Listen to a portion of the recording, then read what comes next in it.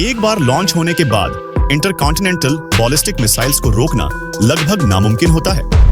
आखिरकार अमेरिका की डिजाइन की हुई ये मिसाइलें दुनिया की लगभग सभी प्रिवेंशन टेक्नोलॉजी और कंट्रोल सिस्टम्स को बेअसर कैसे कर सकती हैं? आखिर इन्हें इतना पावरफुल और खतरनाक क्यों बनाया गया? आइए जानते हैं इस वीडियो में। आधुनिक मिलिट्री वेपन्स में इंटरकॉन्टिनेंटल बैलिस्टिक मिसाइल्स सबसे घातक हैं। इनकी रेंज 8000 किलोमीटर या उससे अधिक होती है। ये कई न्यूक्लियर वॉरहेड्स को आसानी से ले जा सकती है। इन मिसाइल्स की सबसे बड़ी पावर होती है इनकी स्पीड। ये 20 मैक की स्पीड से गति करती है, जो ध्वनि की गति से 20 गुना तेज है। इतनी तेज गति के कारण आज के सबसे उन्नत डिफेंस सिस्टम्स भी इनका सामना करने में असफल रहते हैं। इन मिसाइल्स को 3 लॉन्च प्लेटफॉर्म द्वारा लॉन्च किया जा सकता है: न्यूक्लियर सबमरीन द्वारा, मोबाइल लॉन्च व्हीकल द्वारा और फिक्स्ड लॉन्च साइट्स द्वारा। मिसाइल लॉन्च करने का पूरा प्रोसेस पहले से प्लान किया हुआ होता है।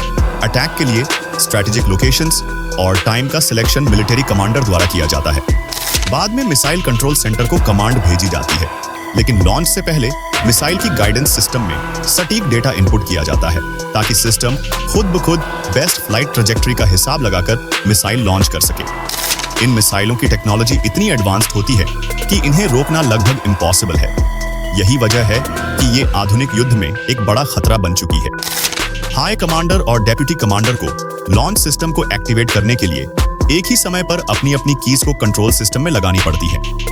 जब सब कुछ तैयार हो जाता है तो सुप्रीम कमांडर सिर्फ लाल लॉन्च बटन दबाकर ऑटोमेटिक इग्निशन डिवाइस को ट्रिगर करता है। इसके बाद इंटरकॉन्टिनेंटल बैलिस्टिक मिसाइल्स को लॉन्च पैड से बाहर धकेल दिया जाता है और यह अपनी उड़ान शुरू करती है।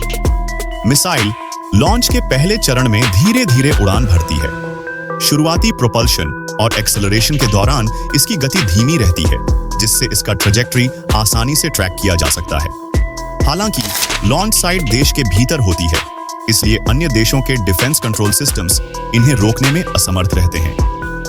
मिसाइल की पूंछ पर लगे वेंटियन नोड इंजन का उपयोग करके इसकी उड़ान दिशा को कंट्रोल किया जाता है। कुछ ही मिनटों में मिसाइल की ऊंचाई 150 किलोमीटर से अधिक हो जाती है।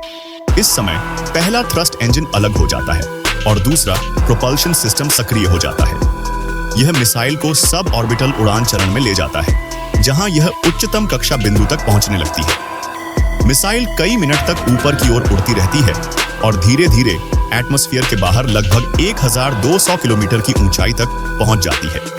चूंकि इस ऊंचाई पर कोई एयर रेजिस्टेंस नहीं होता, यह मिसाइल्स एक तरह के इस निर्वात क्षेत्र में बहुत तेज गति से आगे बढ़ती है। इंटरकॉन्टिनेंटल बैलिस्टिक मिसाइल्स कुछ ही सेकंड्स में 10 मैक तक की गति तक पहुंच सकती है। लेकिन हाई कंट्रोल सिस्टम द्वारा इन मिसाइलों की ट्रैजेक्टरी की गणना की जा सकती है और इन्हें रोकने के लिए एंटी मिसाइल सिस्टम्स एक्टिवेट किया जा सकता है। लेकिन उड़ान के दौरान ये मिसाइल अपने कैरियर से अलग हो जाती है और दुश्मन को कंफ्यूज करने के लिए इलेक्ट्रॉनिक जैमिंग उपकरण का उपयोग करती है, और यह नकली वॉरहेड भी छोड़ती है, जिसकी वजह से दुश्मन के रडार को सही टारगेट पर लॉक होने से रोका जा सकता है। यदि मिसाइल सबमरीन बैलिस्टिक डिजाइन से लैस हो तो इसे इंटरसेप्ट करना लगभग असंभव हो जाता है। यह मिसाइल ऑप्टिमल कंट्रोल थ्योरी का उपयोग करती है, जिससे इनके कंट्रोल डाटा को लगातार बदला जा सकता है। इनका मिसाइल ट्रैजेक्टरी अनियमित हो जाता है और यह एटमॉस्फेयर के किनारे पर पानी की तरह उछलती रहती है। दुश्मन का रडार इन्हें लॉक करने में असमर्थ रहता है। एयर डिफेंस सिस्टम्स भी इसे प्रभावी ढंग से रोक नहीं पाती। जब मिसाइल का वॉरहेड वायुमंडल में प्रवेश करता है तो यह पृथ्वी के गुरुत्वाकर्षण के प्रभाव में सबसे विनाशकारी टर्मिनल फ्लाइट चरण में पहुंचता है। इस दौरान इसकी स्पीड 20 मैक या उससे अधिक हो जाती है। वर्तमान में कोई भी एंटी मिसाइल सिस्टम इतनी तेज गति से उड़ने वाले वॉरहेड को नहीं रोक सकता। जैसे ही यह वॉरहेड पृथ्वी के करीब आता है, इसका सुरक्षात्मक आवरण खुल जाता है और कई छोटे छोटे वॉरहेड्स अलग हो जाते हैं। इन छोटे वॉरहेड्स में स्वतंत्र गाइडेंस सिस्टम्स और प्रोपल्शन सिस्टम्स होते हैं, जो अपने अपने निर्धारित टारगेट्स तक पहुंच सकते हैं।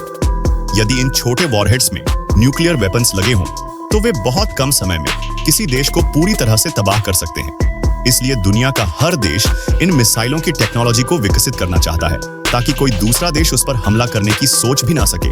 आज के लिए बस इतना ही। दोस्तों, वीडियो पसंद आया हो तो लाइक और शेयर जरूर करें, चैनल सब्सक्राइब करें और बेल आइकन दबाएं ताकि हमारे न्यू वीडियोस की नोटिफिकेशन आपको सबसे पहले मिले। धन्यवाद।